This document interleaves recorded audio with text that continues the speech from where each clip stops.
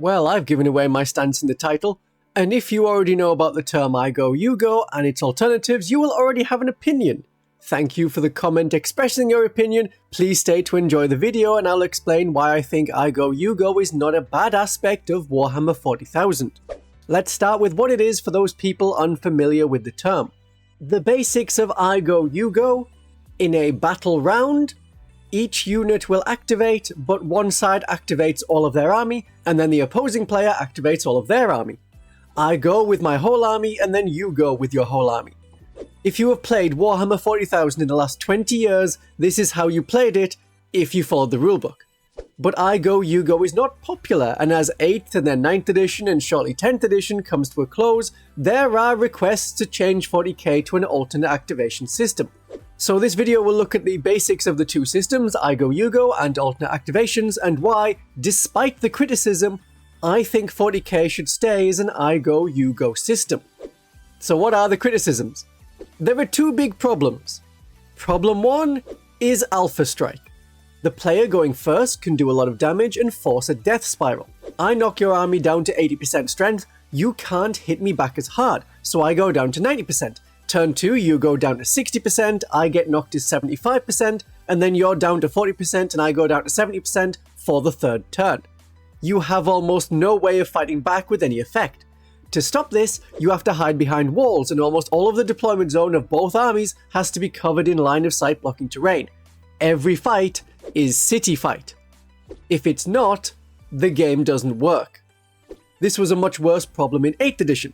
The player going first caused damage first, and with true line of sight it was much easier to shoot your enemy, and also because in that edition you score at the start of the turn. That made turn 5 of the second player basically pointless. You score the primary mission at the start of the turn, so no need to move or shoot. You got 4 meaningful turns, and the player going first had 5 meaningful turns, including a very strong first turn. Problem 2, it can be boring.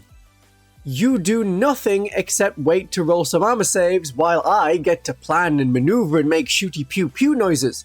You make dying people noises, the less fun noise. If you are second, you deployed, then you removed some of your units from the board and did little else for 20 minutes. How many comments are there going to be saying, "Watching this video while my opponent finishes their movement phase"? There was going to be like 3, I know, but now you don't feel like it anymore. If you are teaching someone how to play, especially children, let them go first. Children love to go first, it immediately gives them a thing to do. The alternate activation system works as I move one model or unit, and then my opponent does the same, and we go back and forth until all units have been activated, and then a new round starts. You see this in mostly skirmish level games. Games like Warcry. And it has problems of its own. If one side is very elite, and has not a lot of models but they're especially tough or especially strong, the Horde player or more numerous player can bait out actions by moving around pointless troops, and then they have free reign to counterattack. Or if you kill several enemy units and models, you get the same death spiral of IGO UGO, and also the other problem of IGO UGO, one player sits around with no agency, while half of the round is the other player moving models as they like. So some games do this but with a slight variation. In Havoc, the skirmish game, you move all of the models that are the same type.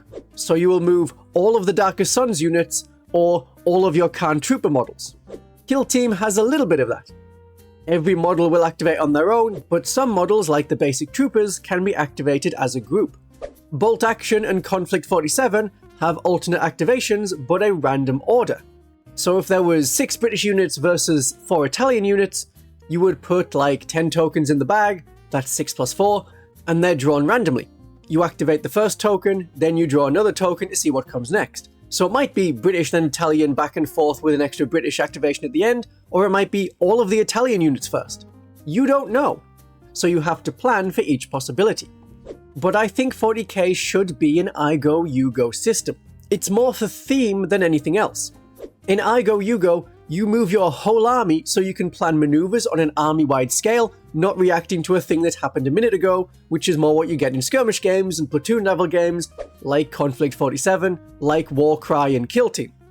You can play off combos that activate on multiple units, like Coordinated Trap as a stratagem in the Genestealer Cult Host of Ascension, having 2 units attack the same enemy with a bonus if they attack at the same time. You can plan your turn while your opponent takes theirs. You shouldn't be doing nothing in your opponent's turn.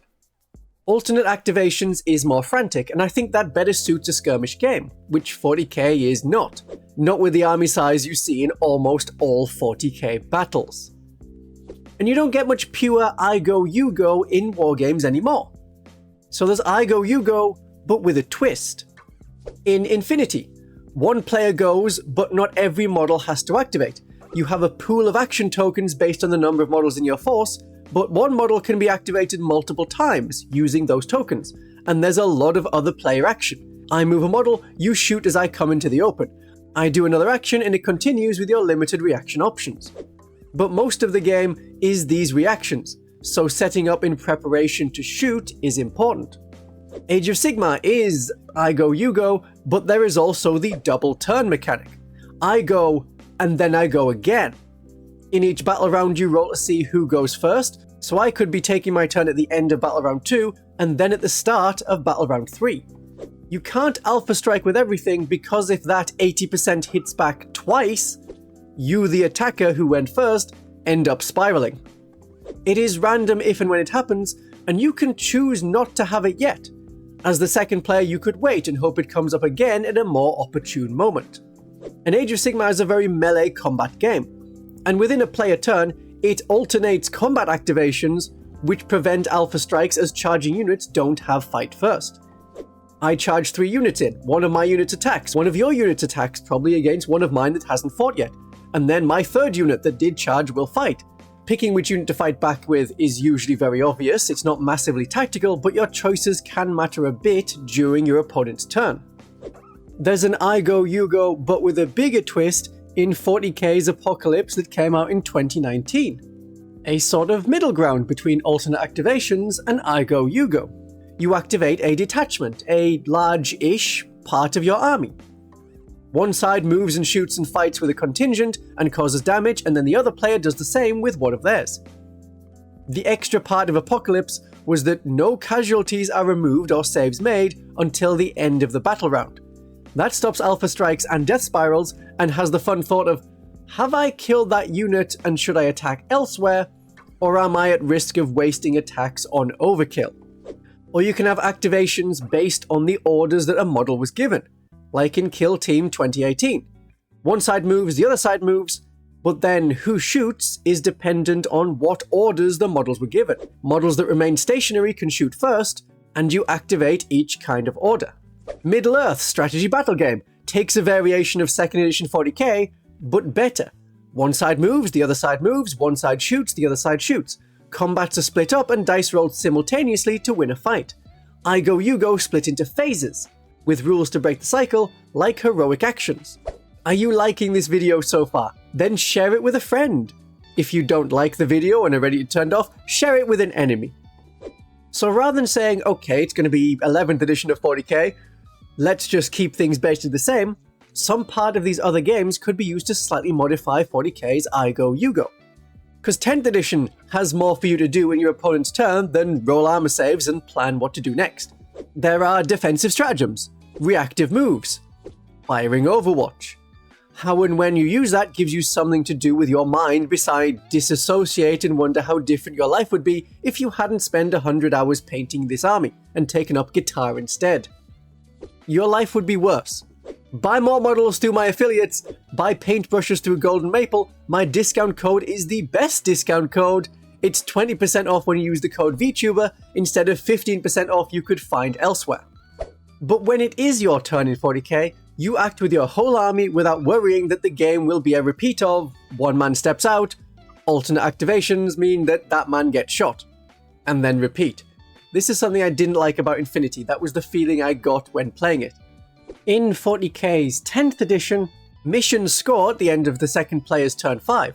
That has some of the problems of the alternate activation system where the second player is free to move their units with near impunity. But I think there should be a slight favour towards the second player to compensate for the first strike or alpha strike damage.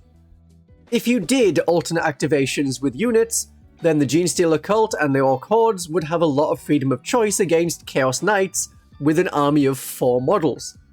Move on to an objective with a Chaos Knight, get dogpiled. But you could be given some sort of half-action ability, only if you've activated your whole army. This is like getting to fire Overwatch, hitting only on a 6, or getting to move a unit again, but only d6. That can help the Custodes feel extra elite, as they should be, but the meta almost becomes Horde Army or Super Elite. Going for a middle ground, the Battle Sister or Space Marine areas sees you lose out to armies that went for the very high or very low model count. Another idea is to make mandatory reserves. Then some of your army can't be hurt early on. The board is not as crowded, first turns are shorter, so there is less downtime, and then there's a rise in the number of units fighting, rather than the slow decrease that we see that ends with turn 4 and turn 5, each over in 5 to 10 minutes. Missions have been like this in the past. A meeting engagement leads to escalation, sometimes only for one side. And the Nakhmud Gauntlet Crusade book had something like this, with a portion of the army in reserves. I didn't like the strict points limit on that, which made it hard to write an army list, but the idea was good. Lots of games use a variation of IGO UGO, and that variation is the best. I quite like the 40k meta right now, in November 2025. There isn't a skew to hordes or to elite tanks. Most detachments and playstyles are viable. Even the weaker detachments, like Veterans of the Long War, a generally dismissed Chaos Space Marine detachment, won the London Grand Tournament.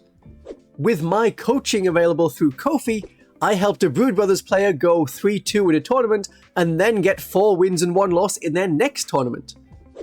You can book your own one-to-one through this link, and there's also the option there to say thank you in the form of money, or you can see how I did when I went to my last tournament. My darlings and viewers, have a great day of 40k.